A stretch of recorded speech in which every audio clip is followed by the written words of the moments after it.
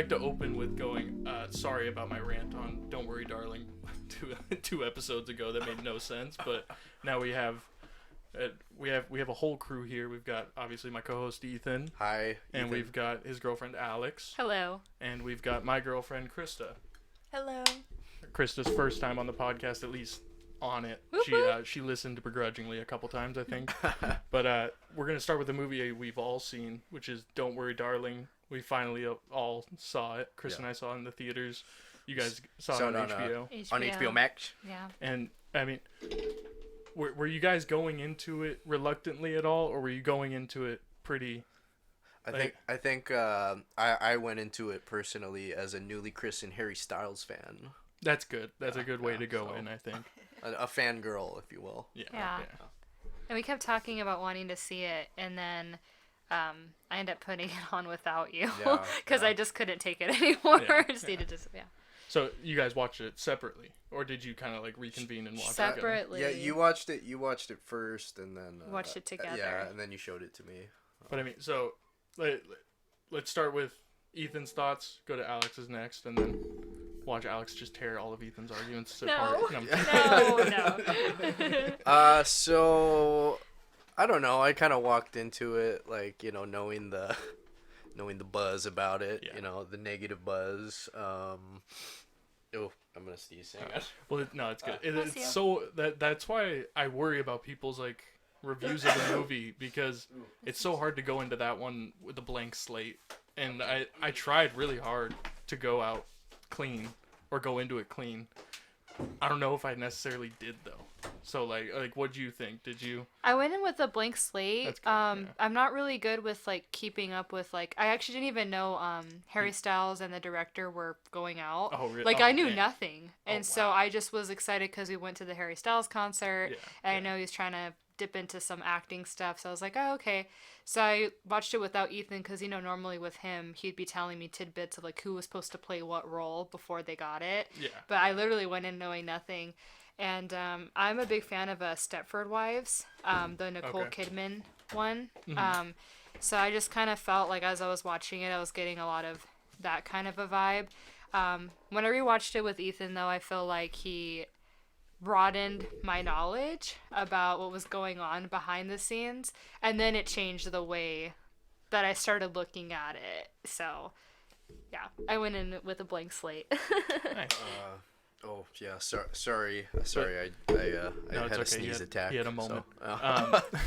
So, yeah. But let's go quick synopsis on what you really liked and didn't like. I surprisingly dug it a little.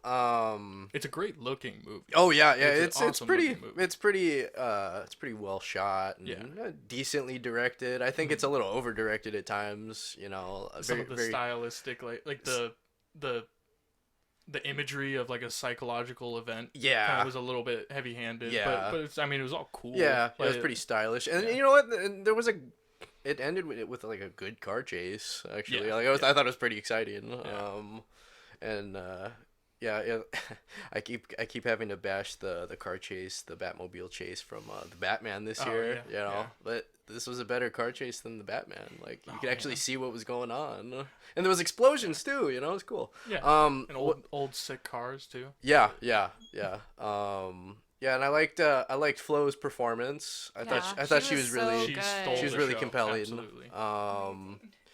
Chris Pine, he did a serviceable bad guy job. That night at the table was... Yeah, it was a pretty tense scene. I wish there was more of that Chris Pine in the movie, personally. Yeah. Like that, because he was really just a figurehead every other scene, and then just in that one scene, maybe like a little nastiness in like the big speeches where it gets creepy.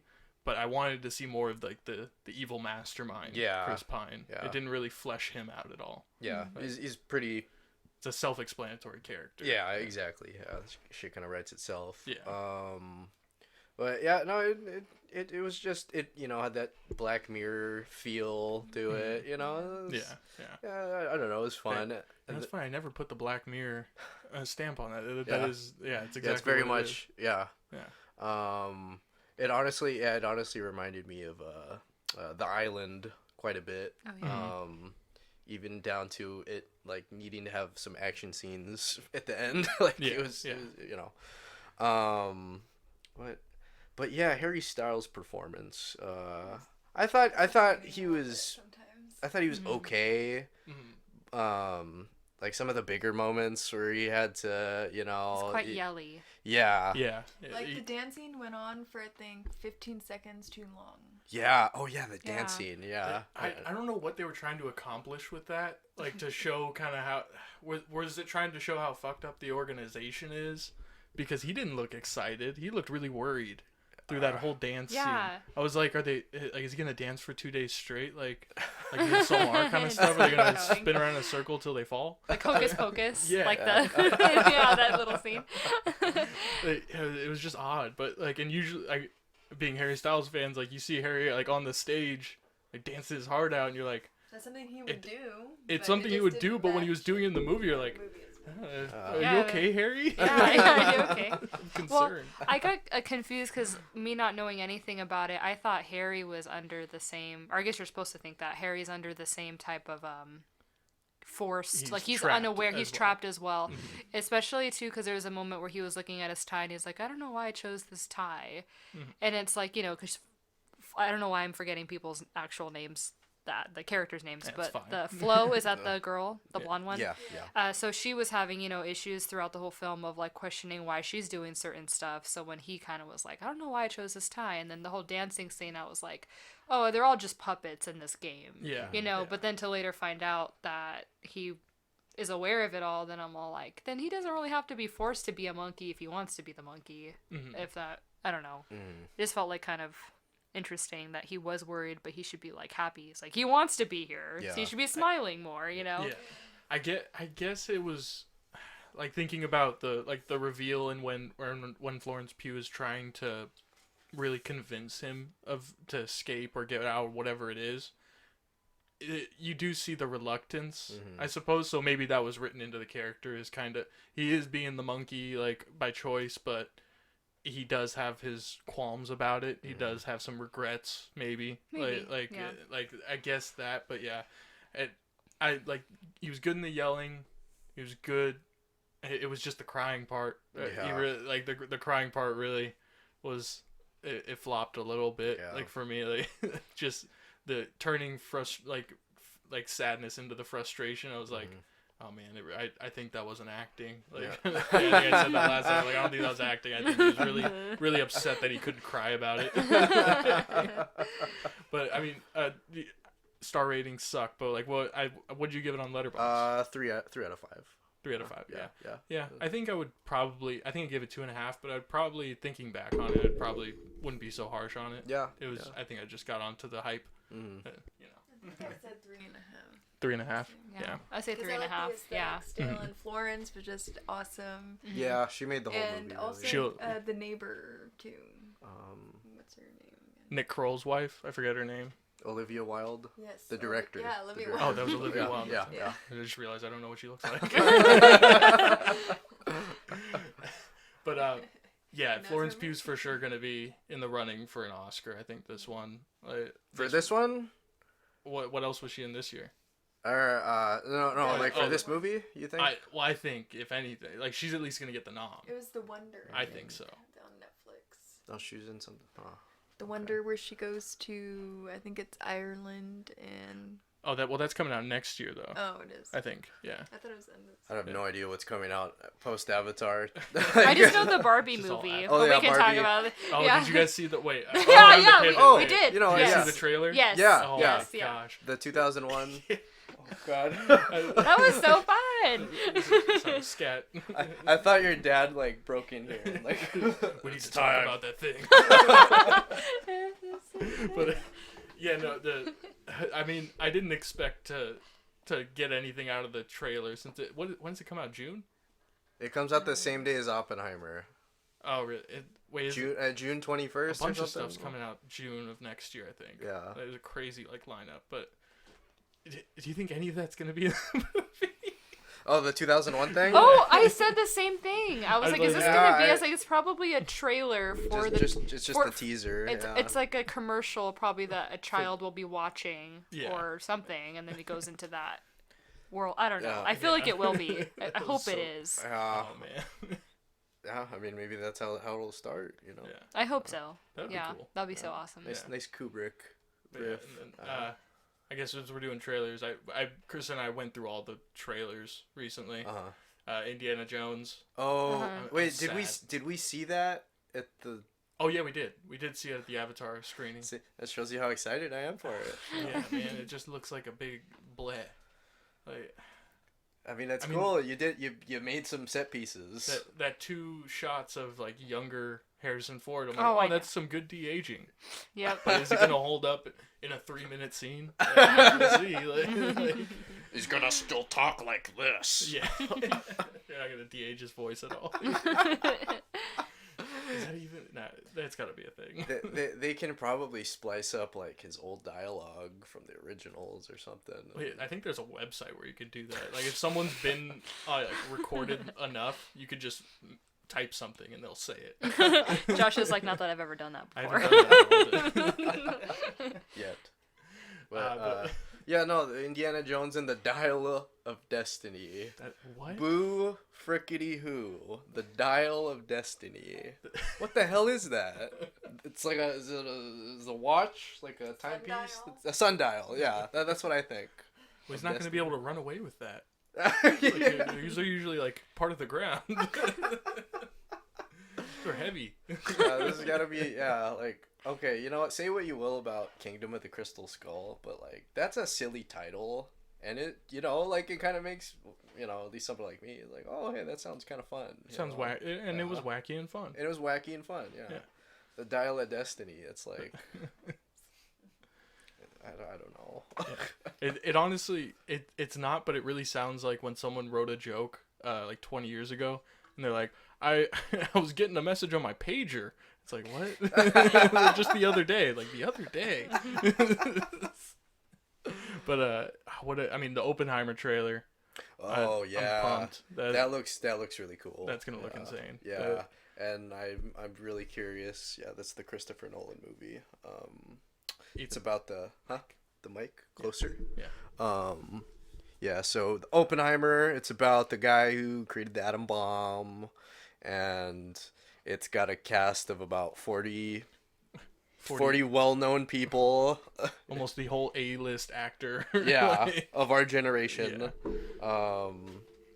And yeah, he apparently Nolan filmed a nuclear explosion without the aid of CGI or something. Wait, have you seen those like quote-unquote set photos?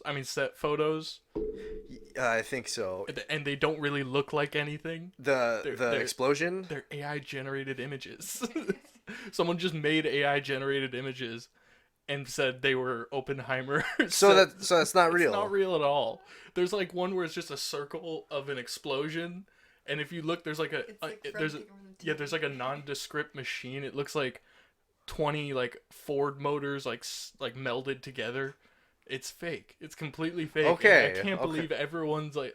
When I first looked at it, I was like, I can't even make sense of this and anything. I don't understand what that explosion is. Yeah, well, like if you see, it's like perfect plumes, like spurting out all like symmetrically. I'm like that's the kind of what like someone pointed out. I'm like, oh yeah, that's a huge giveaway.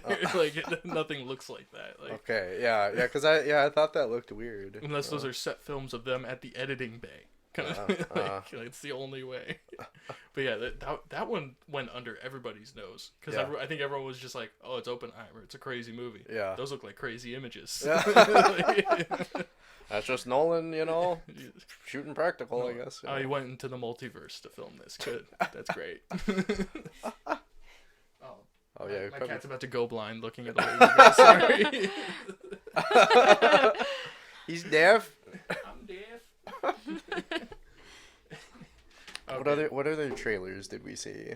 The Mission Impossible. Oh yeah. That's the it's the same same. one, Yeah, it's the same one. Yeah. Well, I thought it was gonna be a new trailer. Oh, the Mario one. Oh yeah, the Super Mario one. I did not. That's when I went pee. Oh, that's right. Was it a new trailer though? I think it's. I think it might be the same one. Okay, I never saw it before at all, so that was really fun. I think it started the same, but I mean. Yeah, it's odd. It looks fun. Well, just, Chris Pratt, I feel like is like. Or I don't know. It's just all this money he's making off of. I was gonna say Chris Pratt burn in hell, but Well, no. I'm not like being positive about him. I just feel like he's just taking he's such a yes man now, where he's starting to kind of become like Rock. how The Rock, like just a walking marketing machine. Where for a second I thought maybe, maybe he was on his way to becoming a real actor. Yeah, Who would have thought Batista would have more integrity than like half of like the Marvel cast? Yeah. Like he's doing an M. Night Shyamalan movie. Yeah. Like, and that looks exciting. And is her name Rachel Zelger? Or what's her name from West Side Story? I saw a trailer. The Shazam trailer. The Shazam trailer that she went from working with Steven Spielberg, working on something like, to become a real actor, and then all of a sudden now she's going to be a superhero in Shazam. Yeah. And I was like, no, because I really liked her. It's very disappointing. Do you want to get into the DC now, since we're dipping our toe in the water? You want to just jump in? Yeah. The DC universe is dead. Long live the Snyder Cut, you know? Oh, he sounds so sad. He's like, long live the Snyder Cut. I mean, okay. So I figured, like, the whole fact that Zack Snyder, he basically spelled out, like, what he was originally going to do. Like, shortly after his cut of Justice League came out, I kind of figured, like, oh, that means he's not gonna ever make these, you know? Like, no matter what the rallying on the internet does or whatever, he's never gonna make these. But just the fact that, like, The Rock, he basically, you said that you were looking into what The Rock was doing, right? Yeah. So maybe you could sum it. Yeah. So maybe you could sum it up better. Well, okay. So first, he kind of like this isn't necessarily what The Rock did, but there was the Superman cameo in Black Adam. Yeah. At the end, I didn't watch it, but I heard. And I saw it on Twitter the day of release. And then they just turn around and get rid of Henry Cavill as Superman, so it's all for naught. Yeah. And then I guess Black Adam went to streaming. Yeah. And then like 2 days later, The Rock unfollowed like the Black Adam like Instagram page and didn't post anything about it being on streaming. Guys, this is serious drama. I just heard myself talking, guys. Sorry. Serious stuff. But yeah, no, I mean, like, it's definitely a little bit of that's definitely a statement in this time. Like, you got to go do something to unfollow. Yeah. Like you don't just my finger slipped. Yeah. It's like, wait, I'm missing a step. Like, why would he do that? Because that's kind of what I don't know. That's what we really don't know. Well, I think what The Rock was trying to do was he was trying to basically take over DC, and then Black Adam flopped, and then he basically like put out something on Instagram saying that it was actually a succce, which is a big no because the stockholders and all that shit, But yeah, basically he tried to muscle his way in, and now they want him out because the Black Adam's, nobody gives a shit about Black Adam. Mm-hmm. How long was that out for? It came out in October, I think. Well, and didn't that movie get delayed like I believe so many times? Yeah, and The Rock, it was a COVID movie too, I think. Yeah, and The Rock, it's a passion project for The Rock. Just like everything he does is a passion project. He's been with it since the beginning. Everything right after Pain and Gain was a passion where he played an evangelist bodybuilder. And he just turned into that for whatever thing is making him money. I feel like, just a side note, that's just what we've talked about with what happens when you work with Michael Bay, because even with the Mark Wahlberg, like, I'm like, oh, when did he like change into this like this good marketing machine himself? And then we are talking about the Pain and Gain, and I was like, just once you work with Michael Bay and you let all that testosterone out, it's like you're done. You don't have to keep feeding into that anymore. Well, you already proved your manliness through him. I don't know if that makes sense. No, I feel like I see it as they're chasing the dragon. Michael Bay is like the black hole of advertisement and masculinity and being big, like being wacky and huge and not being afraid to just go like, I love this stuff. Yeah. So now he's like, a lot of these dudes go, I love money. Yeah. I love money more. Money so much. But yeah. I watched about 5 minutes of Black Adam, and it's about 5 minutes. Wait, sorry. Was it 5 minutes? The first 5 minutes, or was it 3 minutes, and then you're like, all right, let's see. No, it was like I do that sometimes. it was like 5 minutes, and then I just got bored. Like, I don't know. This kid's narrating the story of Black Adam's origin, and and the Rock, he goes from becoming a boy to the Rock. Yeah. And he didn't say anything, and then it goes to modern times, and this kid's telling this story, and it's like, I don't give a fuck. Like, do you think we could Morbius Black Adam? Do you think we could start a Twitter revolution and Morbius Black Adam? And then they re-release it, and then it flops. Guys, all 30 of you. Also, hi, Mom. I know you don't have Twitter. We'll make you a Twitter. But yeah, it's I'm gonna mark my words here. This is the worst year for superhero movies.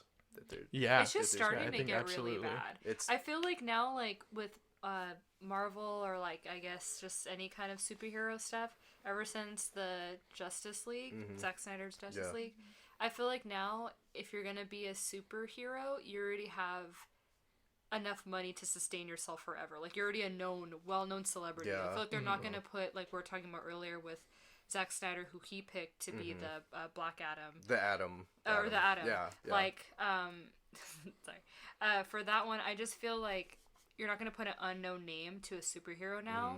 They already have to be a celebrity to be a superhero. Yeah. Well, and it's tough because they created like, I mean, Chris Hemsworth is already huge. Like, he's already a big actor. I'm saying the right Hemsworth, right, for Thor? Chris, yeah. Okay. But he really became like the Mark Wahlberg, Dwayne the Rock Johnson like level because of Thor. Yeah. So now it's kind of like, I feel like they're trying to match them with A-list actors, or previously A-list actors possibly, and it's just it feels weird. Like, what was Bill? I think Bill Murray's in. Bill Murray's in that Ant-Man? Or he's Ant-Man. Yeah, I think he's going to be an Ant-Man, yeah. Yeah. I'm like, he was in one of those trailers. I almost respect it more doing the shows, giving the shows A-list actors. Like with Owen Wilson on Loki. Am I dumb for saying Owen Wilson's an A-list actor? He is, right? Well, you know his name. I know. I know exactly what you're talking about. How I feel about it. Oh yeah, I forgot. Do you not like his brother either? But you love Wes Anderson movies. That's your issue. His brother is better, but but you don't like. It just, I think I'm warming up to him because we have been watching a lot of Wes Anderson movies, and so I'm like, oh, I guess like he's better when he was younger, I should say. Yeah. His like prime's over. Yes. Like, I don't like him and Marley and Me. I don't like when. The Midnight no one Paris likes Marley and Me. I've never had one person say they loved Marley and Me. Everyone hates it, but you don't like it for him, which is different. But everyone hates it. But a lot of people hate the movie. Well, then you definitely, you're gonna have to watch that copy of Armageddon I gave you, because he let's just say something happens to him that you'll be delighted to see. Oh, okay, good. James Franco and he gets more dialogue for sure. Okay. Yeah. Like one line more dialogue. No. He has quite a few scenes with Ben. Okay.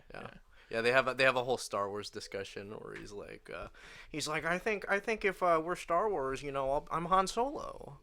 And then Ben Affleck says, well, I think if anyone Han, I'm Han, and you're Chewbacca. And he's like, Chewie, have you ever even seen Star Wars? I just rewatched it. You just did a lot of different people. I've been a little. It wasn't bad. You played a bunch of different. The Ben Affleck got a little shaky, but. Sorry. No, it's okay. Post Goodwill Hunting. It's okay. Do you want to? All right.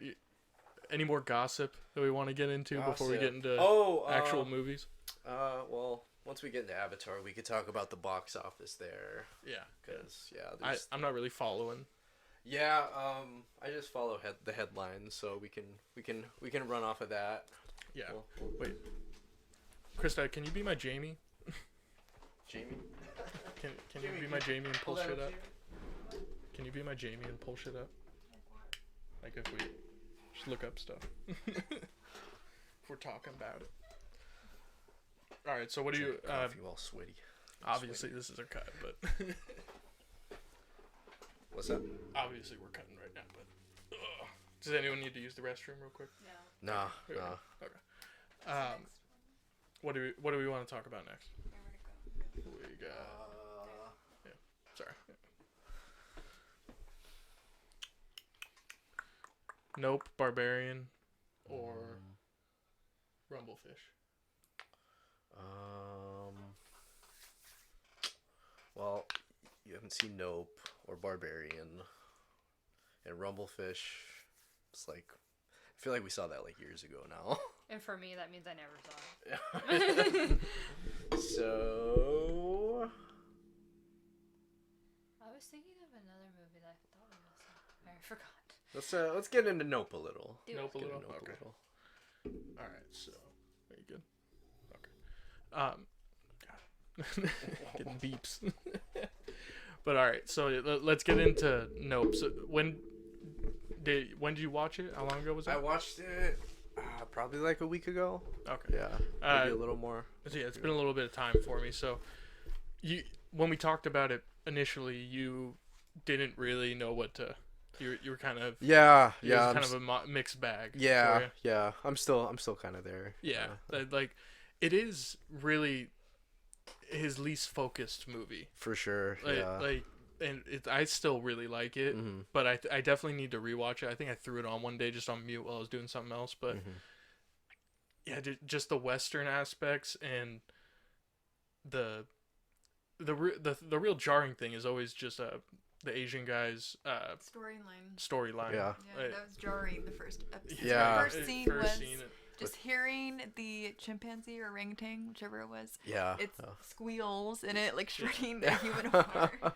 And like even though it was a CG monkey, it was pretty good. Real good CG. Yeah, monkey. yeah. I will say it. Like I was a little like kind of like it's like it doesn't look like anything like Lord of the Rings, like Gollum kind of stuff. Yeah, or King Kong. Yeah, or King Kong. But yeah, it looked really good, and I remember from the trailer. There was just the image of the monkey with his like knuckles out to the child. That's right. And I remember seeing that image in the trailer and going like, "Wait, what is this movie about?" and then I watched it. I was like, "Wait, what is this movie about?" Yeah. I don't really know how that coalesces into the bigger picture of it. I think it's just the blind ambition for greatness, like it's like the blind pursuit of happiness or whatever you want to call it. It's very capitalist and like ugly, like kind of like the intentions of everyone, because like the big thing in the movie is they notice there's a UFO in their area, and they're not like, we gotta get the fuck out of here. They're like, we gotta get a picture of it. We gotta capture it. We gotta see this shit. Yeah. And like the juxtaposition of, like, I guess the name and also like the fake out scene with the local kids that terrorize them when they have the alien encounter. That part was cool. I thought that part was cool. You were actually scared. Were you yeah. Actually, I was like, oh shit, they're aliens here. It felt like it was almost like you thought I had the balls to do that, didn't you? It's like, no, I'm not that crazy. Yeah, then I think he punched one of them, and then they're the children of But yeah, like just them trying to stay relevant, and then this guy who's been a kid actor, and yeah, he went through a crazy thing, but nonetheless, he's got this little fake town. Yeah. Like what do you even call those? Little western? A ghost town. Fake ghost town. We just have Knott's Berry Farm. That's that's the best one. No, actually, I went to a ghost town. Yeah, I've been to a ghost town. Yeah. When I was like little. Thing, and it all caught fire and everybody goes. Everyone died. Yeah. And you're not. If you take something from there, that you're gonna be haunted and shit. Oh, I didn't know that. What if there's like a souvenir shop? Oh, that's different. Oh, Ethan just went to an abandoned town. The that OK Corral or what? Yeah. That's what it. Yeah. Was that Silverado, I think, or something? Yeah. I don't know. There's like Bodie too. Bodie, that's the one I've been to. Bodie. Well, Yeah, that one. You know the thing I don't really understand about and so they're trying to get the picture the whole time, but then they find out that the reason the dude's been buying all the horses off of him is to sacrifice them. Is an offering to the alien. Yeah. And I mean, like, aren't people taking pictures? But then I remember it always goes under cloud cover. Yeah. When it shows up, which is kind of funny. Yeah. Like it's like I don't know. It's just like, oh, there's a floating horse. We just take pictures of it. So before that, were they only taking the horses, and then they took and they took the audience that time, and plus the guy? Well, yeah, I think it just got hungry. Like it just got hungrier. Like, I mean, if you think about it in their perspective, they're like just supremely more powerful than anyone. Even if someone offers you some food and you kind of like look around and be like, I mean, I could just take all of you and then move on to the next area. Well, the spaceship was already terrorizing, I think, the brother and sister. So I think it was just, on one, like, It was really kind of malicious the whole time. And yeah, I mean, like the moment where he says nope is honestly the best. Like, that kind of, I haven't seen that kind of visual, not horror or like suspense kind of thing with like that kind of like. I'm blanking. A certain I don't know what. But yeah, just that kind of storytelling, like, and visually, like with the rain, like just showing like the rained on part. As him, and he just knows he's under it. Yeah. It's just, and then, how did they find out that you can't look at him? I forgot that became a big thing. It had something to do with the horse, right? Oh yeah. It's be able to look at it through its. The horse would be able to look at it through its side mirror. Oh yeah, something that's right. Yeah. And also sometimes aren't their eyes kind of covered or no? I think that like they had the eyes like their eyes covered and they never got. Yeah. They never got taken. Yeah. But like, I mean, all the way into like the climax with them trying to capture it, like this crazy big plan, and then the paparazzi shows up. Oh yeah, the TMZ guy. That's for sure just some kind, like some real, like, we're hammering the point home of like just how gross all this stuff is. Yeah. He's like in all silver too, isn't he? It just makes it worse. And then he gets killed. Yeah, and you're like, nice, yeah. Fuck TMZ. Almost helped him get the shot. Yeah, no, I really liked the camera guy, played by Michael Wincott. Yeah, because Oh yeah, you were telling me about him last time we spoke, but what's his story you were saying? Shit. Yeah, no, he's I've seen him in a lot of stuff from the 90s. Yeah, he's got that raspy voice, and seeing him now though, like, he just looks really sick to me. Oh, yeah. I mean, he hasn't been in much recently, has he? No, I don't think so. Yeah, so that's why I was really excited to see him there. Yeah, that dude. Yeah. He's got such a striking face. Yeah. He's the bad guy in the Crow. Oh, okay. Oh, and along came the spider. He's the one that shot him? He's not the one that shot him, but he was the one who organized it all. Oh, you guys seen that one? No, that was a VHS I had for the longest time and never watched. Three Musketeers. I take it he's one of the bad guys in that. Robin Hood's a great movie. I didn't know he was in that. I know he was in Ridley Scott's Columbus movie, which sucks, but he was pretty awesome in it because he's the bad guy. Yeah. All right. I mean, nope. I think it's good as far. I think it's better than Us. Because while it's definitely it doesn't have as much depth. And that's where I think Us kind of got confused. Yeah. And it still has me confused, but it doesn't feel just contrived, like completely at the end of the day. It feels cohesive. Like I feel like I kind of got the themes and symbolism of everything, but I guess Us was a better horror film. Yeah, a better, because that's a straightforward slasher for most of the movie. Yeah.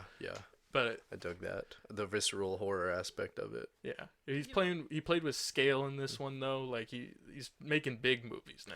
He's playing with making like big scale movies. Yeah, no, I thought the fucking scariest part of it was when all the people get swallowed and you just see it in its like digestive tract. Yeah. You can see the bodies and the shoes. And, Yeah. just their shoes. It looks like you're drowning in like those pool covers kind of thing. It's like that kind of horror. Like you're just getting like squeezed by a tarp. You're like, oh god. That was like really that was really frightening and visceral. Yeah, as I'd say. Oh, I was gonna say, did you want to talk about your little at Halloween Horror Nights? Yeah, then going to Halloween Horror Nights. I mean, you guys went on the studio tour and they took you through there. At the Halloween Horror Nights. The terror tram maze. You could hop on there and then they take you down there, and it was cool because they had, I want to say that they had like the aliens. Like the kids that dressed up, I think they had some of those, but the main ones were that they had in the fake ghost town from Nope, they had the doppelgangers from Us with the scissors. Oh really? And then you know what, they were like pretty good as far as like synchronizing, because like you would concentrate on like the ones ahead of you, and then like one would sneak behind you, you know, kind of like they all had a good little thing together. Yeah. And you know, I fucking hate those kind of scissors as is. Oh, yeah. So I mean, you know, you can tell that they're fake, but just still like those big shink. Yeah. Fucking hate those. Yeah. But yeah, no, that was really cool. And the cool thing about like seeing that setting in the movie was like they made it look like it was in a valley. You know, like the mountains were distant and stuff, and I realized like no, it's like on that hill, so there's a lot of greenery and stuff in front and behind it. So this was really good, you know, really good CGI, you know, making it look like they're in a valley. So movie magic, yeah. Which that was a cool set. It was a really cool set. But all right, I think. I've been giving a lot of 4 stars out lately. just like, oh, I enjoyed myself. I'm not sad. Thanks, movie. Do you also feel that way possibly because last year, or maybe it was this year and last year, but since COVID, like they kind of like movies have kind of gone down like quality wise. So when you see something that's kind of good, you're like, that was great, you know, because we're not used to the bar that it was being set before. Definitely. It's weird to think that like there were movies coming out during COVID and like streaming, but you had to go look for them, and I guess we were just watching shows that whole time, or old movies. Yeah, we went to a lot of re-released films. We saw Toy Story, Scream, Goldfinger. We saw a lot of stuff. That's great. I feel like, I mean, those aren't new movies, but typically like the movies you'd go see in the theater before COVID, it was old movies, or at least like the tippity top of either popularity or like art house movies kind of thing, right? Auteur movies like Big Lebowski, like you could go see. But like Toy Story, I mean, it's one of the best kids movies, but I mean, I don't know if that would have sold before COVID, but now anyone just wants to go see shit. Yeah, they just want to see their favorites. Yeah, and everyone wants to just find a reason. And even too, when we went to go see, was it Avatar? We saw a movie recently, and I was like, oh, there's really no one here, and it's the weekend. No, The Fabelmans. Oh yeah. We ended up going to see it on a Friday night or Saturday night, and it was dead, and I was like, oh my god, no one goes to the movies anymore, like on the weekends at night. It's like I was all scared. I was like, no, this can't be happening. I had a pleasantly surprising experience at Barbarian when I went to go see it alone. I think it was like 9:30 on a Saturday, and I mean, it's Whitest Kids You Know director, and I mean, it was getting a lot of press, but I was also following him on Twitter already, so my algorithm was kind of feeding me everything. So I really didn't know. I was like, this could be a cult thing. But then I went to see it, and there were 2 people right next to me, and it was packed, and I was like, what the hell, like it was like a couple months ago. It was when it came out, so I think September, October. But yeah, that was super surprising, and like it didn't seem like people walked out or anything. It was like people enjoyed it. It's not like Swiss Army Man. I will admit, real quick, you said you didn't like Swiss Army Man, and I think the main reason I liked it and loved I like it. The main reason I love it is because when I saw it, there were 15 people in the theater, and then by the end of the movie, there were 4. And I was like watching like an old man, and then like a couple walk out. Like I think he said the old man when they kissed. Yeah, when they kissed. What did he say? I forgot. I totally forgot. Damn it. He's like, oh. Yeah. No. Yeah. He grumbled definitely. Yeah. but all right. Avatar 2. Avatar: The Way of Water. We experienced it. We IMAX experienced it. We lived it. We breathed it. All at like about 2:30 in the morning. Yeah. But I wasn't sleepy. I was very proud of myself. No, yeah. I mean, yeah, I was good. I took some performance enhancing drugs to not be sleepy, but you know.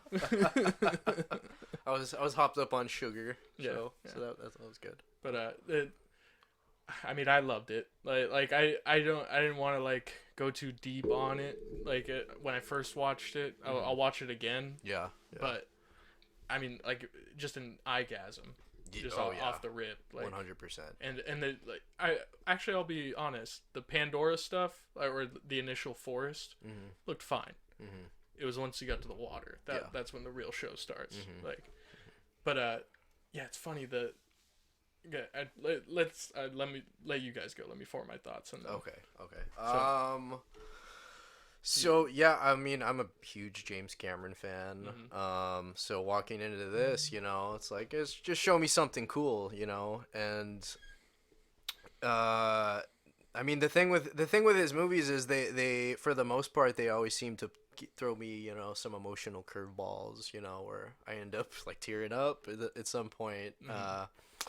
This one, there's 2 James Cameron movies that I feel like somewhat like emotionally distanced from, and it's this one and The Abyss, which we had watched beforehand, before seeing this, and I think it's amazing, of course. Like the whole time I was just, you know, having an eyegasm. All the tech, like those crab robots. Like that so cool. Was insane.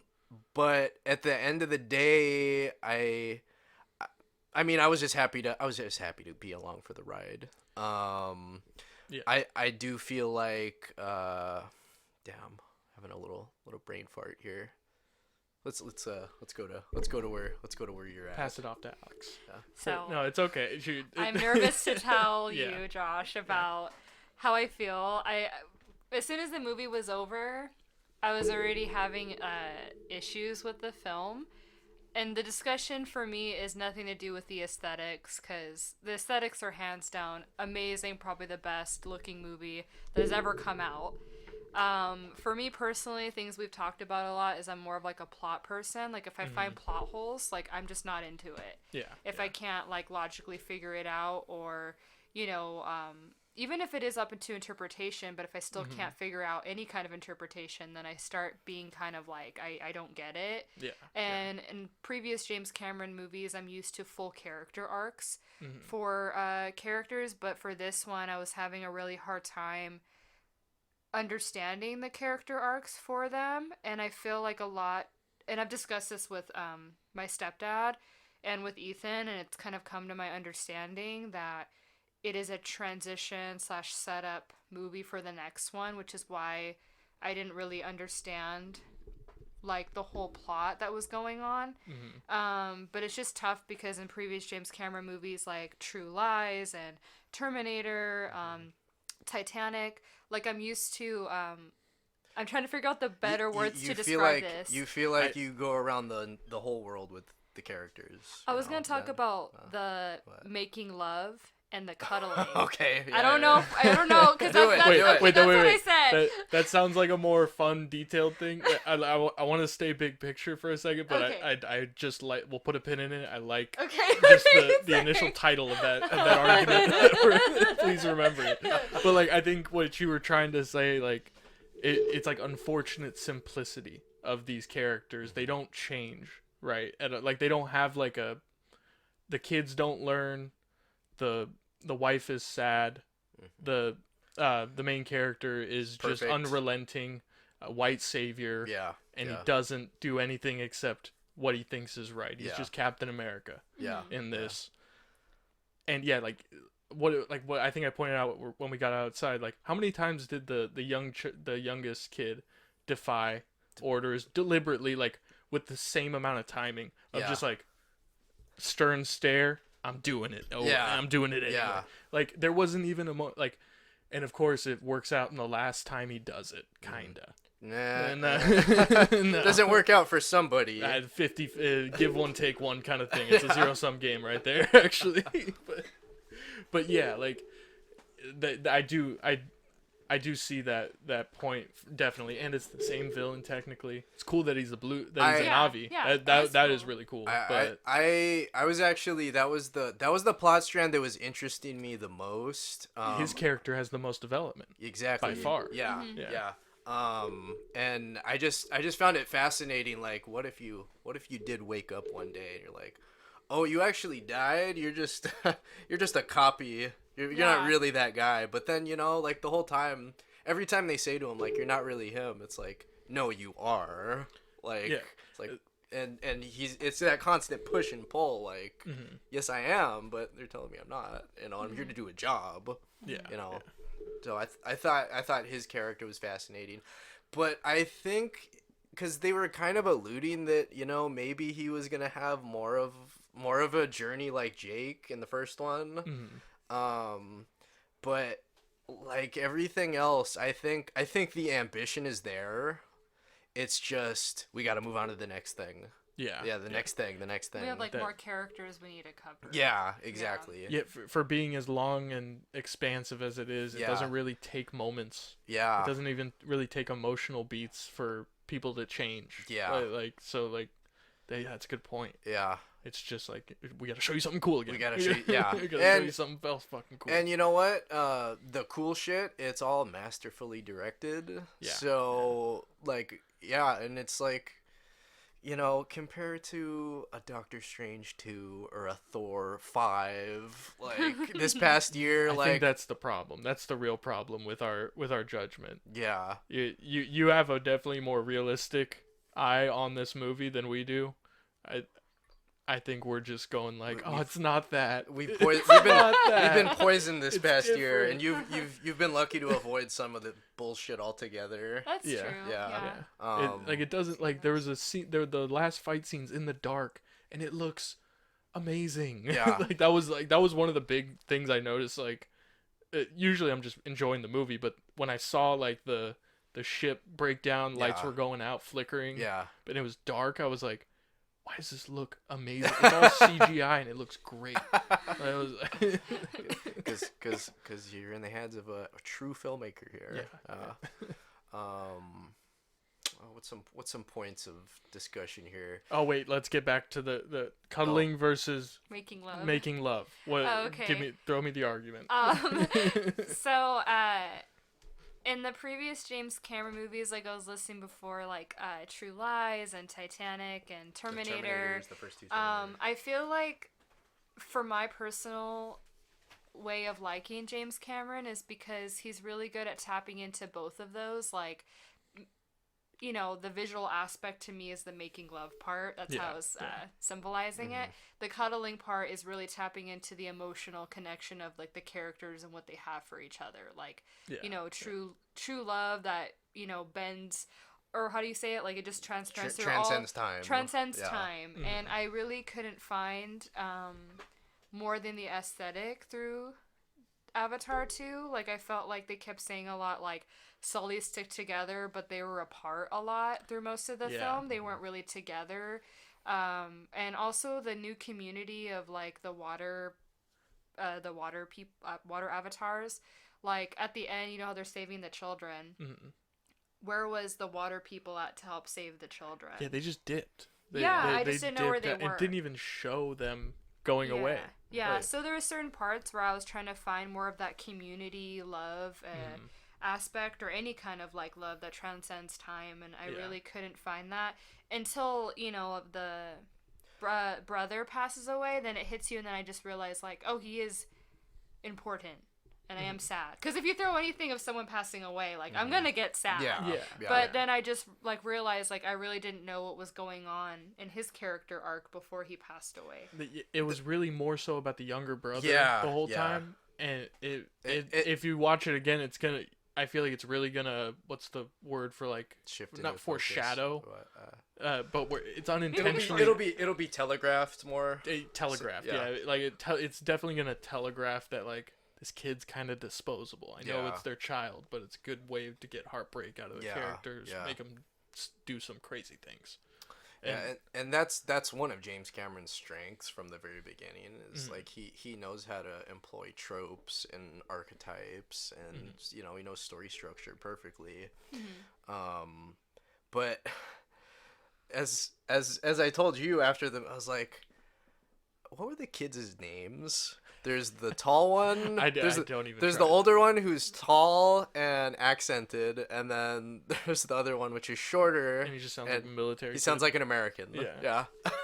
And one of the Water Tribe kids was clearly doing a Samoan accent, or an Eastern Islander. Yeah. Pacific Islander. Pacifica, Jesus. Sorry, I'm just stupid. I'm not bad. But like one of them was clearly doing that accent. I don't know if he was actually the main one. I think he's like New Zealander. Oh, okay. Yeah. Okay, yeah. But then the wife is Kate Winslet, who is white. Oh, yeah. Okay, that's one thing I have to complain about. All right, I was excited to see Kate Winslet in this movie playing an Avatar, Yeah. And especially because she said in one scene she broke Tom Cruise's record for holding her breath underwater for like 7 minutes. Oh wow. What scene was that? Yeah, no. Yeah. Like they just had her off screen like, keep doing it, Kate. Yeah. Good job, Kate. Yeah. You almost died. You can't really tell, but you almost died. Yeah. So I definitely want to see it again, more sober. So But no, as far as a a rush of cinema, at the end of this year, I think it did the job. Yeah. Well. Do you think it's gonna get? I hate to be the Oscar snob here, but do you it's obviously gonna get visual effects, duh. If it doesn't win, we riot. Stupidity. But do you think it gets director, best film? Well, I mean, it's already up for some Golden Globes for director, for drama, film, comedy, musical.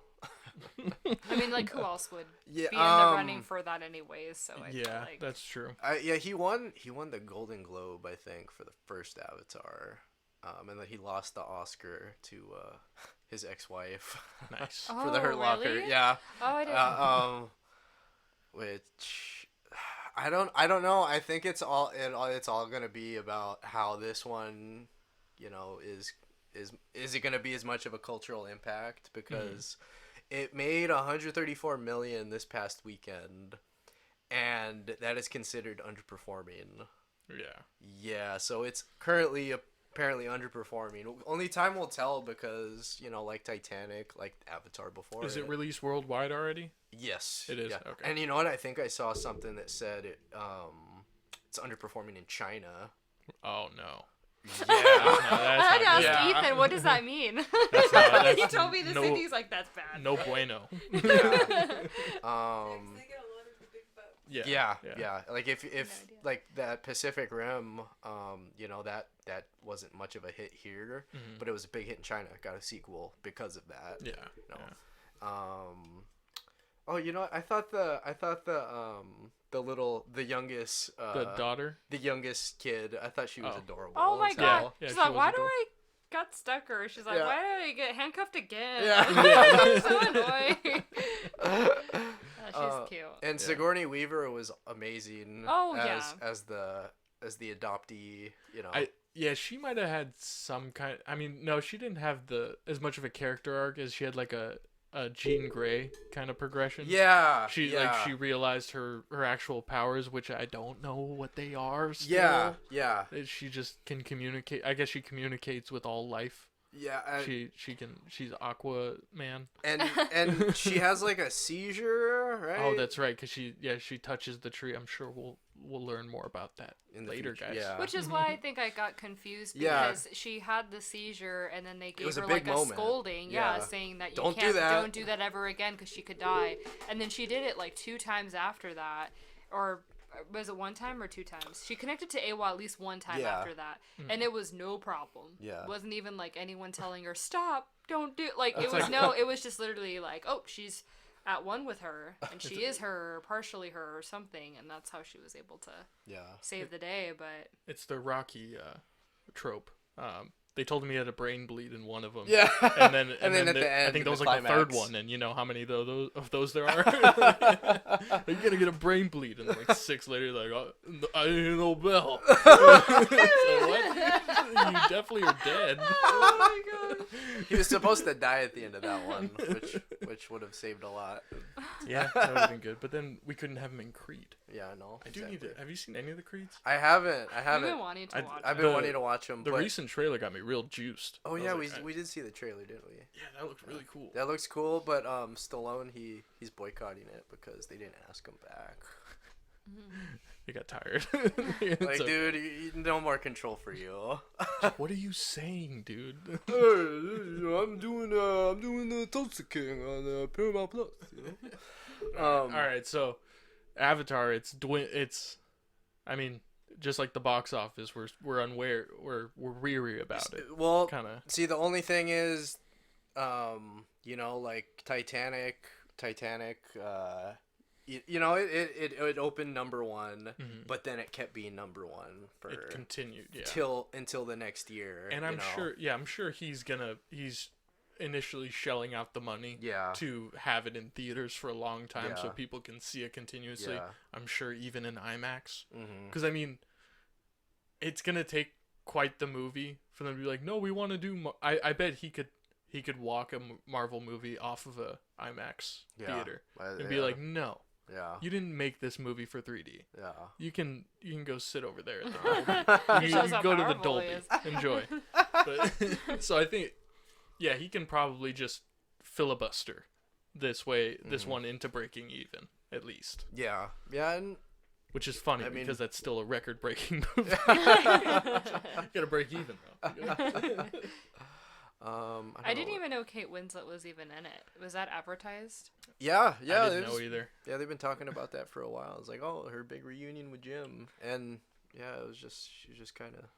she was just, you know, I mean, she's a pretty stock character, you know. I mean, it's all stock, it's all archetypes, but I was just a little disappointed, you know. Yeah. Even just entirely, like, I'm trying to kind of understand like how Avatar 2 is gravitating towards the female audience in any way. No.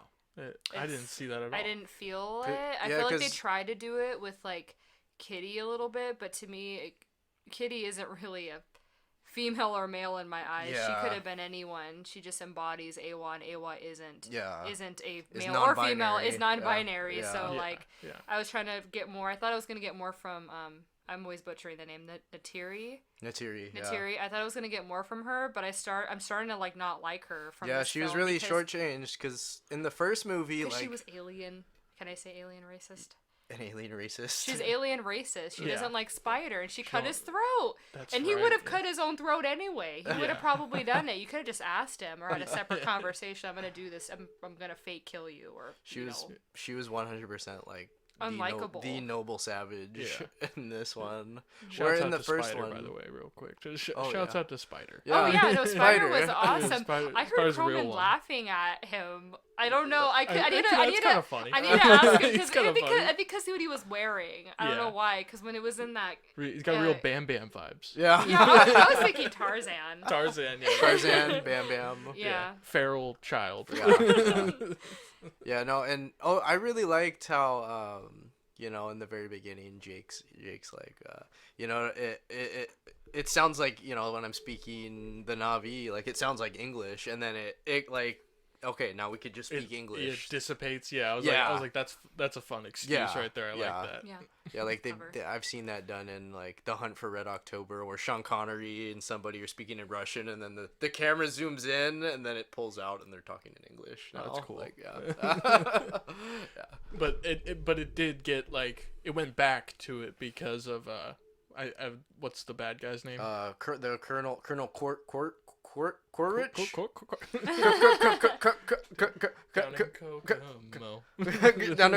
Okay. Colonel Kokomo. Colonel Kokomo, played by the great Stephen Lang. Yeah. The whole teaching him how to speak their language was really like and I liked how Spider because I think what's implied is for most of the time he's speaking Na'vi, right? No, I think he speaks English to them though. He speaks English to them though. He speaks English when he's calling them stupid. Yeah. Okay. What's it? What does he keep calling them? Buttholes? Or I don't know. He kept calling them one. Yeah, something. It was something clunky but funny. I think it might have been butthole, or butt face. Yeah, butt heads. Something like that. Yeah. Yeah. I thought of something that really like. I'm really not trying to be negative because I did really enjoy this movie, you know, but you know, some things need to be mentioned. It's about 90 minutes into the movie when you're getting introduced to the whalers, right? Yeah. And then I don't know, I may have missed this in the opening narration or something, but we're no longer after unobtainium. We're after this the whale, the Tom Cruise liquid. The Tom Cruise liquid. Yeah. Well, I think I didn't get that. I feel like they might still be after that stuff. That's what I thought too. But I think it's just showing the scale of the invasion that they're at. They found this other thing too. Yeah. Okay. Like I think it's also they're probably pillaging for unobtainium. Okay. Also, we're just forgetting about those guys over in the forest. In the forest, yeah. The forest homies, they're done. It's like leader just dipped. Like they're after us. It's like, but they're still gonna burn down the forest. I know. Yeah, like, yeah. Like those people aren't just. Now they have no military leader. Yeah, it's like, and then it's like, yeah, it's like, oh, we'll get them to chase out. It's like, no, they're building things here. They're gonna keep tearing down things to build things. just like, all right, well, let us know if you're in trouble or something. Yeah, and we're also talking earlier too about how they left to the water avatar people just to give them destruction, just to kind of let the forest off a little bit. They were destroying the forest or whatever it is. Like they're gonna get destroyed no matter what, like you're saying, but just to kind of bring it to the water people, just because the forest people are taking too much heat right now. Spread the destruction a little bit. And they can't go to the desert because Dune's in production right now, or they just wrapped. So like they can't. Or else they would have went Dune. They can't have. They can't be doing desert power. Yeah, they can't be doing that stuff. That Krista brought up a good point about the white savior issue. She was reading some articles, but. It is really, I mean, funny's the wrong word, but I'm going to say funny.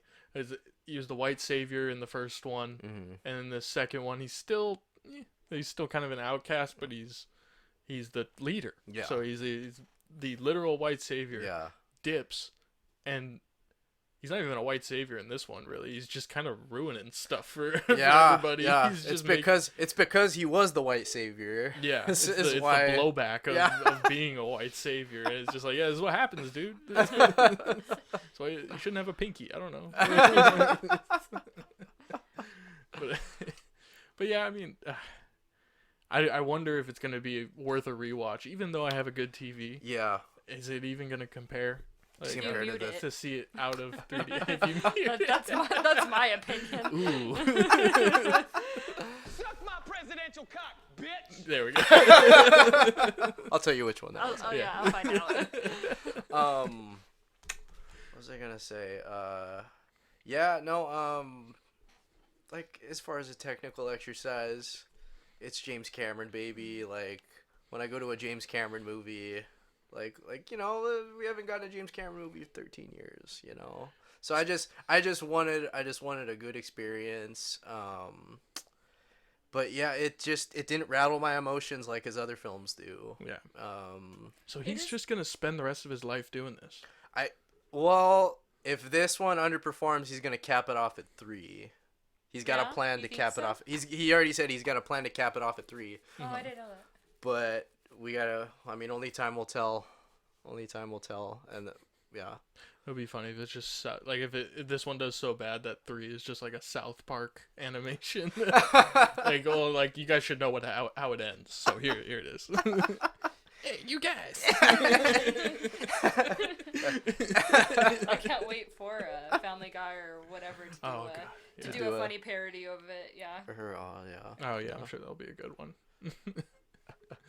But I enjoyed myself. It's a good movie experience, like going experience. Yeah, no, the 3D experience. Yeah. Oh my God, we didn't even talk. Amazing. We didn't even talk about the 3D. There's a part where Natiri had the arrow, where it has it's the trailer shot of her being pregnant, and I remember she pointed it at the screen for a second, and it was still the beginning of the film, so I was like nervous, getting used to like things being aimed at me and accepting it wasn't real. But I got literally I wanted to like duck a little bit, and I told Croman about it. He's like, I felt the same way. I was like, whoa, careful where you point that thing. So it felt good to not be alone in that, because it took me a second to get used to it. Yeah, no, and just like the underwater stuff, like when you're going from from above to below, like the first time that I experienced that was it was in one of the Transformers movies. They have a submersible scene. It's actually a riff on the Abyss, and I just remember it bobbed up and down, and I was like I just like, oh man, am I supposed to breathe or yeah, and that was just like the whole latter half of this movie, where it was just going above, below, and in between, like it was just like, oh shit, like, man, we've really come a long way, and this fire and smoke too. Like, I just love the layering of that in 3D. It just feels like you're there. And my coworker brought up that there was definitely that part, but were there that many moments where it was a very 3D moment of like, like there's something right in front of you? Yeah, like that was one. Yeah. But there's not much else. No, I mean, that's the thing with Cameron's 3D is that it's more compositional. He uses it for the depth inward. Yeah. For you to see out, like, instead of like those Marvel trailers when they told you to put on your 3D glasses, those were getting me worried about the 3D, because you just see a person and everything behind it was blurry. And you're like, why did you tell me to put on my glasses for this? So because it's not made for 3D, so they're just kind of doing editing trips. And like, but then with Cameron, it's like you can see the pores on someone's face just as clearly as you could see that island like a couple miles away. Kind of thing. Like, that's what I liked about it for sure.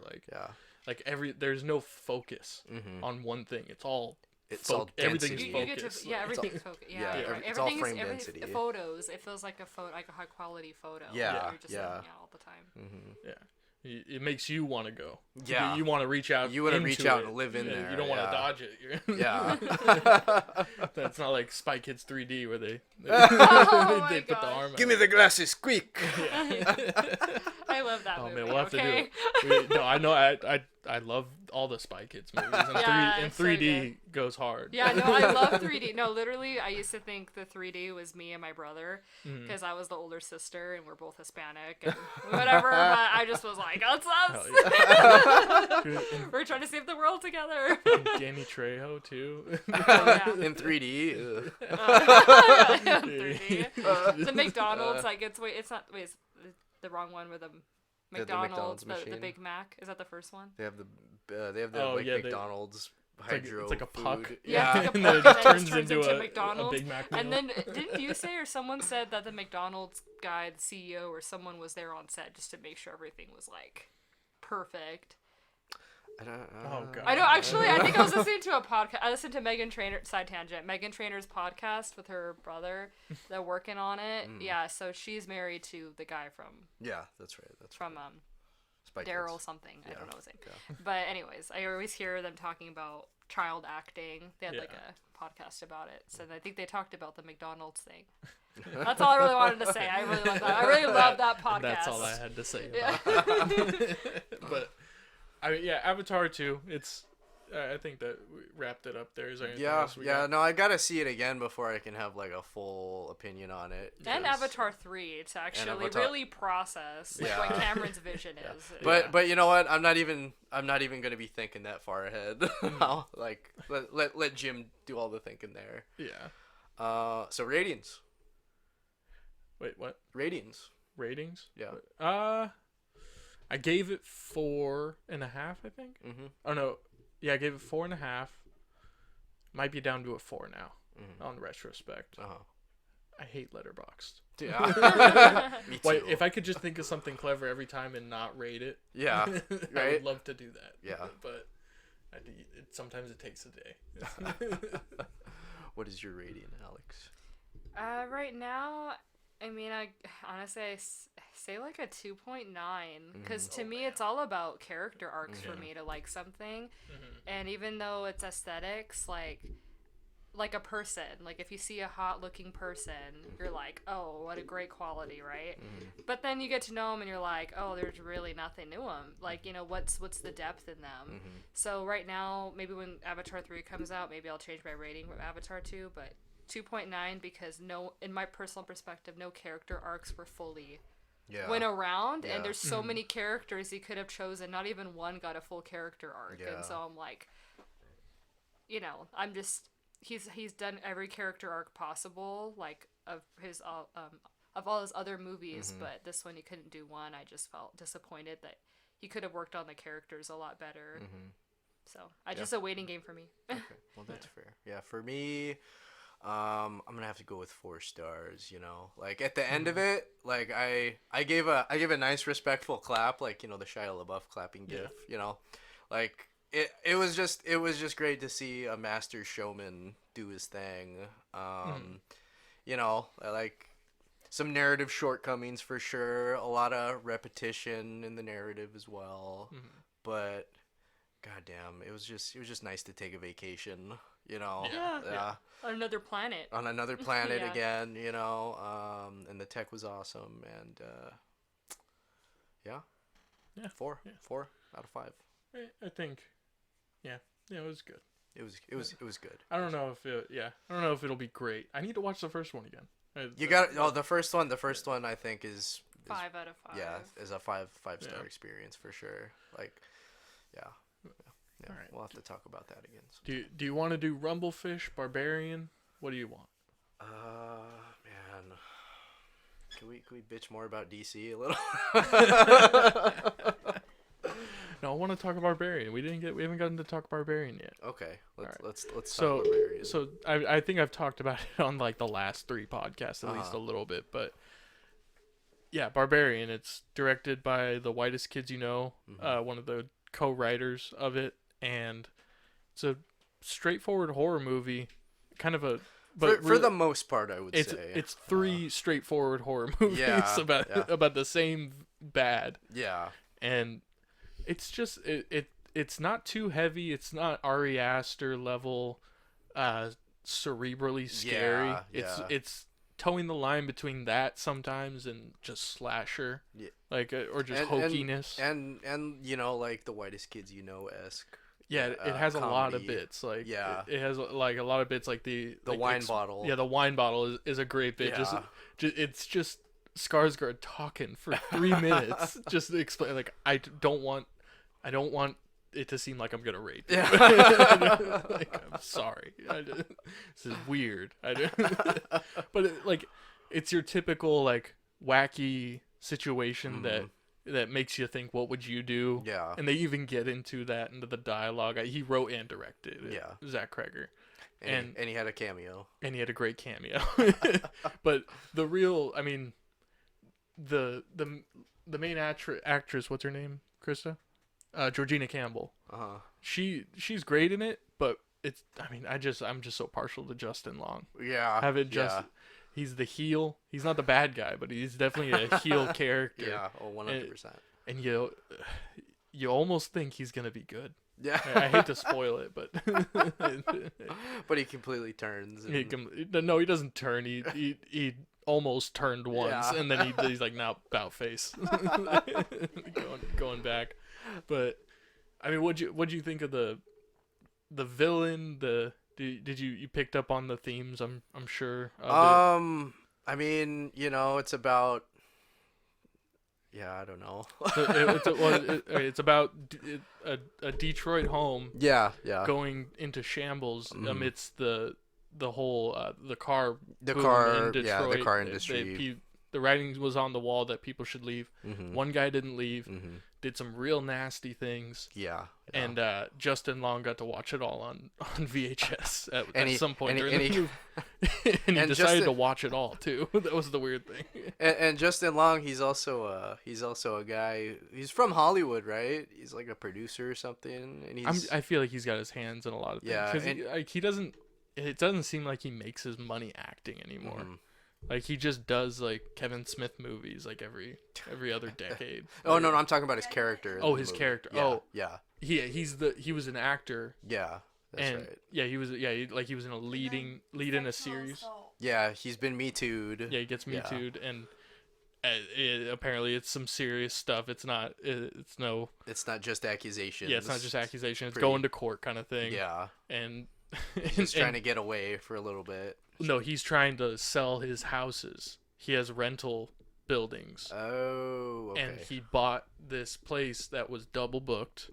And you see the double booking situation occur, which that's the inciting incident, I guess you can call it. That's the first act of the movie. The first act is Georgina Campbell and Skarsgård. Yeah. In this, they got booked on Airbnb and HomeAway on the same night, and they got to deal with it. It's awkward. That's like a Whitest Kids You Know sketch in a horror. Yeah. It's a horror situation, but with Whitest Kids You Know sketch writing, and in a good way. In a good way.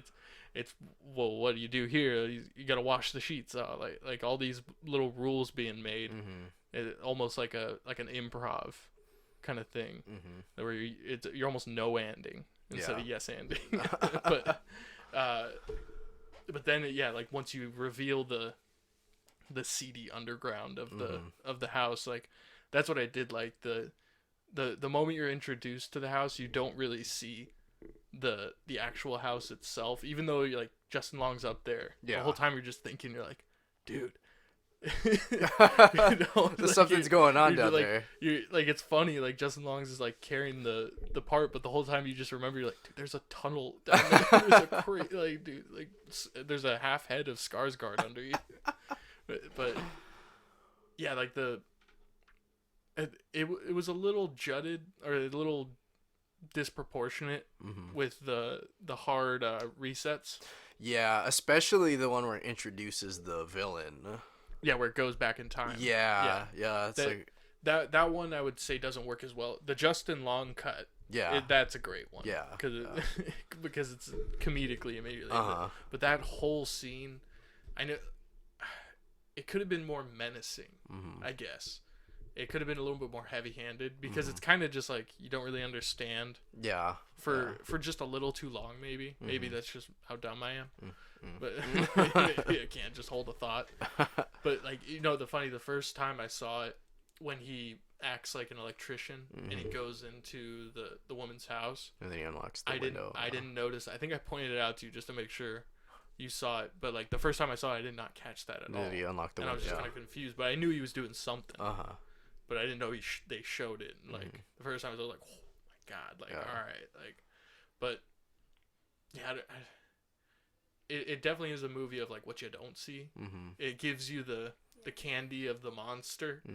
Lets you chew on that, but the actual terrible acts, maybe that's what it separates itself from just the 2000s gore fests that were going on. Maybe that's what kind of elevates it. Yeah. Maybe like just not feeling like it needs to show you. It can kind of show you in Justin Long's face, like, but it requires him to be pretty dumb. Like I will say, it required him to be a pretty dumb character as a person, not like written. I think it's a greatly written character. Yeah, but yeah, he's just such a piece of shit.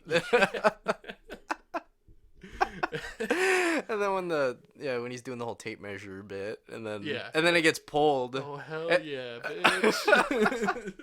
But when it's getting pulled and it's like he's not like really reacting as a human would. Yeah. Yeah, no, I thought it was a lot of fun. Yeah, especially because we watched it right before Halloween, I think. Yeah, I think you came. This is really on edge. Yeah, as is. So yeah, it really made me feel that, you know. Yeah, I would say I enjoyed it a little more than Nope. Really? Yeah. Okay. Yeah. Just the simplicity of it. And yeah, it's definitely much more palatable. Yeah. I feel like I need to be ready for Nope. Mm-hmm. I need to be like looking forward to watching Nope. Yeah. I can't just go like, oh, we can throw that on. Mm-hmm. I mean, you could throw on Barbarian. Yeah. Easily. Yeah. And you know, like I said, like a lot of you know, because you introduced me to the Whitest Kids, you know. Yeah. So like, just having that for. What? Hey! What? Yeah. Having that foresight. Yeah. Having that foresight specifically. Yeah. It really keyed me in onto the tone and everything that it was towing the line of, and you know, Yeah. I thought it was a lot of fun. Yeah, but I really liked that first one. I mean, that first act really grabs you because the whole time you're like, the context of Skarsgård. You're like, this guy was Pennywise. Yeah. He's for sure. Yeah, he's for the sure bad guy. Yeah. He's for sure. Yeah, that was good casting. It's produced by the people who made it. It's for sure the bad guy, but obviously like they. And then when he does get killed, and like she's like we gotta go this way, and he's like no, she came that way, she came from that way. Yeah, and then she comes from the other way. It's so fucking stupid. Yeah. Like I loved how stupid the characters were. Yeah. Like Georgina Campbell's fine, but she's Yeah. just she made quite a few bad decisions. Yeah. Like going into the Airbnb. Yeah, in the first place. She could have just left. Yeah, that was just bad written all over. Yeah, but yeah. It's kind of like, you know, it's karma too, because she turned out to be such the selfless, kind person who chooses to go back to save him, even if there's a slight possibility and a major chance that she could die again. Yeah. And then how Justin Long is the complete alternate of her, and how he almost gets it, and they're like, oh, is he really gonna like kill her? And then like, no, there we go, justice is served. Well, just the immediate lack of gratification when she's like, I'm gonna go back and save him, and he gets shot by him. Yeah. It's just like I love those parts where you know exactly what's gonna happen. Yeah. But you still have you're like, no, no. don't. God, all right.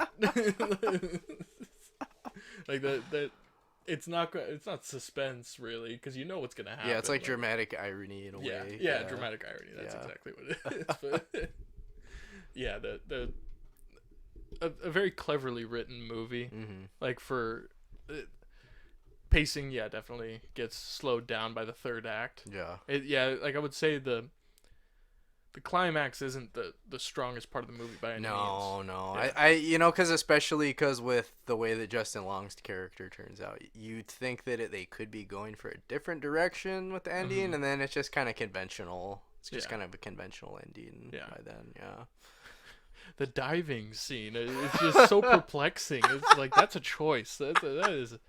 I don't know if I like it, or if I could love it, or I could hate it. It's just so, just the way the dummy or whatever it is on a wire, it comes down. It's like, You know, it's played by a dude, right? that doesn't surprise me. Okay. So it was stacked. So yeah, that was a fun movie. It's a great. It's not a B movie. No. Which I'm so glad to say. Mm-hmm. I mean, I love the Whitest Kids, but you know they're deep cable. Yeah. You worry. Like I'll never stop loving Whitest Kids, but it's great to see him. I mean, we just said we'd rather watch his movie than Jordan Peele's movie. Yeah. What else do you want as a comedian moving to a horror? Yeah. Like you can't really ask for much more. Mm-hmm. Yeah. Wait, I know there's. Oh wait, I wanted to talk about Mission Impossible real quick. Oh, okay. I think Tom Cruise is dead. He's actually dead, huh? Has he filmed part 2? We've only been seeing stuff from part 1. Well, of course. I think he's been dead. I think he's been in the dead. film or like in real life? I think he died filming the film, and that was the end. And we're not gonna know until it comes out. We're not gonna know. He filmed all these promos that he's doing of him doing the stunts before you even see the movie. Like, starting with, like, him on the plane. When I think that was him, like, holding onto the plane. That was for Mission Impossible. That was, Mission Impossible 5. Like, all that stuff. I'm always like, I feel like this guy's dead. And, like, also, when you watch the video of them talking about the jump off the cliff. Uh-huh. The way they talk about it is really exactly how, if you listen to, like, Jackass dudes talk about how they think of their stunts, it's the same thing.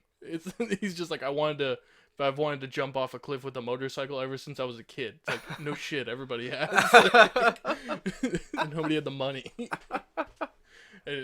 But yeah, it's like, it's really the same thought process, except he's a specialist at everything. Yeah.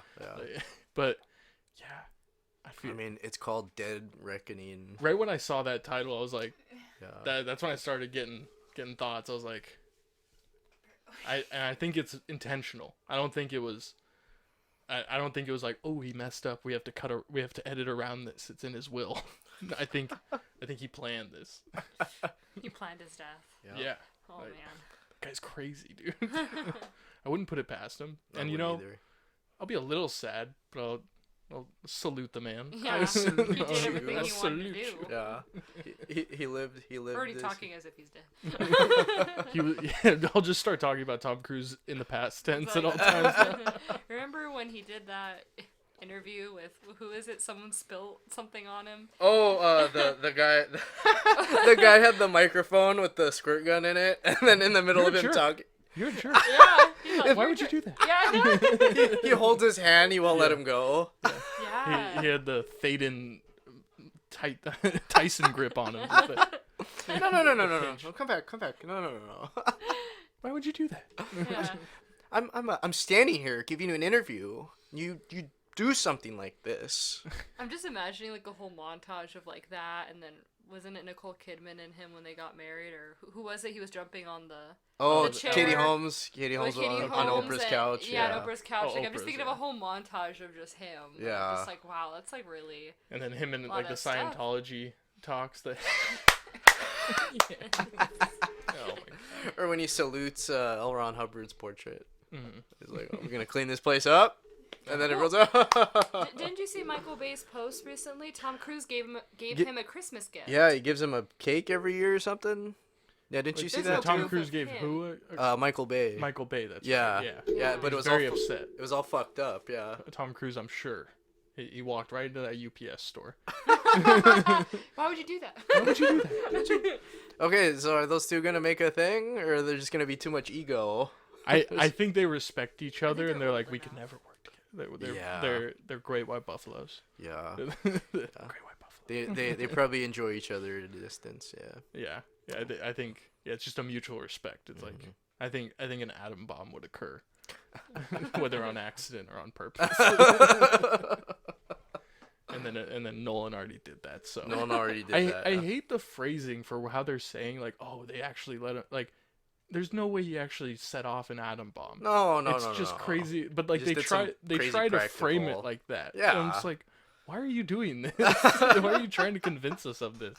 It's kind of reminding me because we just watched The Abyss. Oh yeah. And just like the aliens at the very end, they're like, why would you? Because they do have you seen The Abyss? No, I have not. There's like a part where the aliens show the main guy, Bud. Yeah, they're about to wipe out the Earth with tidal waves because Cold War hysteria and all that, and violence, and they show him news reports and stuff. Yeah. Of all the nuclear stuff going off. Yeah. Like, this is why we have to wipe the Earth clean as tsunami starts. And then it just stops, and then it goes back, and gotta give him one more chance. Yeah. Humanity one more chance. All because of this working man played by Ed Harris. Who says he loves his wife. Says he loves his wife. That he calls a bitch so entirely. And she calls herself a bitch many times. Oh my gosh. Yeah. It's like reverse Vice. No, it's actually funny. You watch those James Cameron divorce movies. You watch The Abyss, you watch True Lies, and like you see he still has love for his wife. He still has love for his wife. Yeah. But he calls her a bitch a lot. Yeah. She says something like in The Abyss, the female lead, she says something like, I'm sorry, I'm such a cold-hearted bitch. It takes a long time to get this bitchy, or like she's like, you know, it takes work bitchy, it takes work to be this way, to be a strong woman, kind of. So aliens just like blue-collar people? The aliens in The Abyss? They don't like white-collar? You know they're like transcendent beings. They they look angelic. They're like see-through. Like anatomically, they're sort of similar, but like so blue collar astral beings. Yeah. Cool. They work hard. They live in a. They get their dirt. What? Yeah. How do you get dust dirty? Oh, one thing I gotta tell you to watch. It's on Peacock. Watch True Lies. Oh yeah. It's been on my watch list. Yeah, that's my favorite James Cameron movie. Oh, what the hell? Yeah. Like when I was watching it, like, that's pretty cool. Yeah, it was just like making me think, like, man, James Cameron, like, he's really good at showing you things you haven't seen before. Yeah. Which is why I think like the new Avatar, you know, I feel the way I feel about it because it showed me more of the thing I've already seen. Yeah. You know. Yeah. So I like it, but yeah, I don't need to. Let's do another hour of Avatar 2 right now. Just rehash, revisited. How appropriate. But all right, I think we got enough time for tonight. That was real bad takes, guys. Bye bye.